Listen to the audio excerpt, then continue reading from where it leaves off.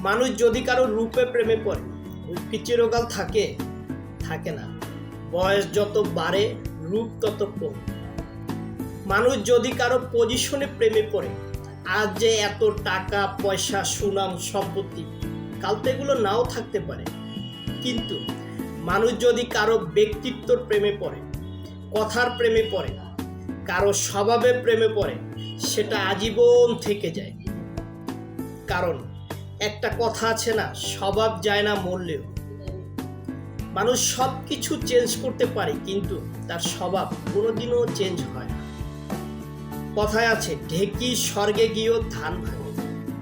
তাই যদি প্রেমে পড়তেই হয়, কারো স্বভাবের প্রেমে পড়, কারো কথার প্রেমে পড়, কারো ব্যক্তিত্বর প্রেমে পড়, কিন্তু কখনই কারো রূপের বা পজিশনের প্রেমে পড়ো না।